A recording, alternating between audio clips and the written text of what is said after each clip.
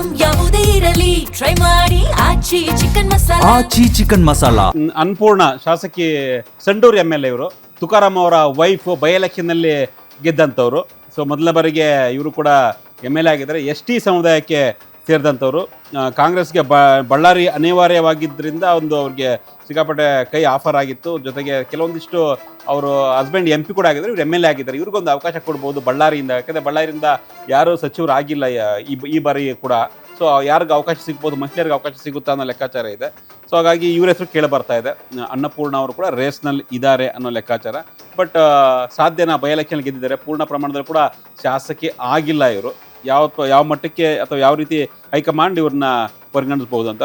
ಖನಿಜಾ ಫಾತಿಮಾ 2ನೇ ಬಾರಿ MLA. ಇವರು ಮೊದಲನೇ ಅವಧಿಯಲ್ಲಿ ಇವರು ಕೂಡ ಬೈ ಎಲೆಕ್ಷನಲ್ಲಿ ಗೆದ್ದಂಥವ್ರು MLA. ಈಗ 2ನೇ ಬಾರಿಗೆ MLA ಆಗಿದ್ದಾರೆ.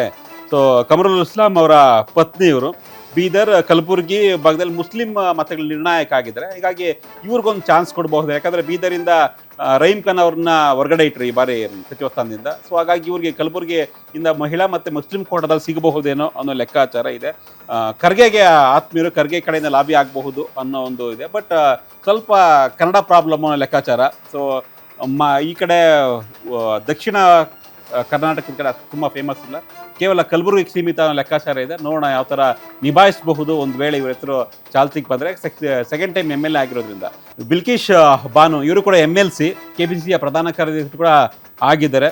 SM ಕೃಷ್ಣ ಸಂಪುಟದಲ್ಲಿ ಏನು ನಫೀಸಾ ಮಂತ್ರಿ ಆಗಿದ್ರು, ಅವರೇ ಕೊನೆ ಮುಸ್ಲಿಂ ಸಮುದಾಯದಲ್ಲಿ ಮಂತ್ರಿ ಆಗಿದಂಥ ಮಹಿಳೆ. ಸೊ ಹಾಗಾಗಿ ಇವರ ಹೆಸರು ಕೂಡ ಈಗ ಕೇಳಿ ಬರ್ತಾ ಇದೆ MLC ಆಗಿರೋದ್ರಿಂದ.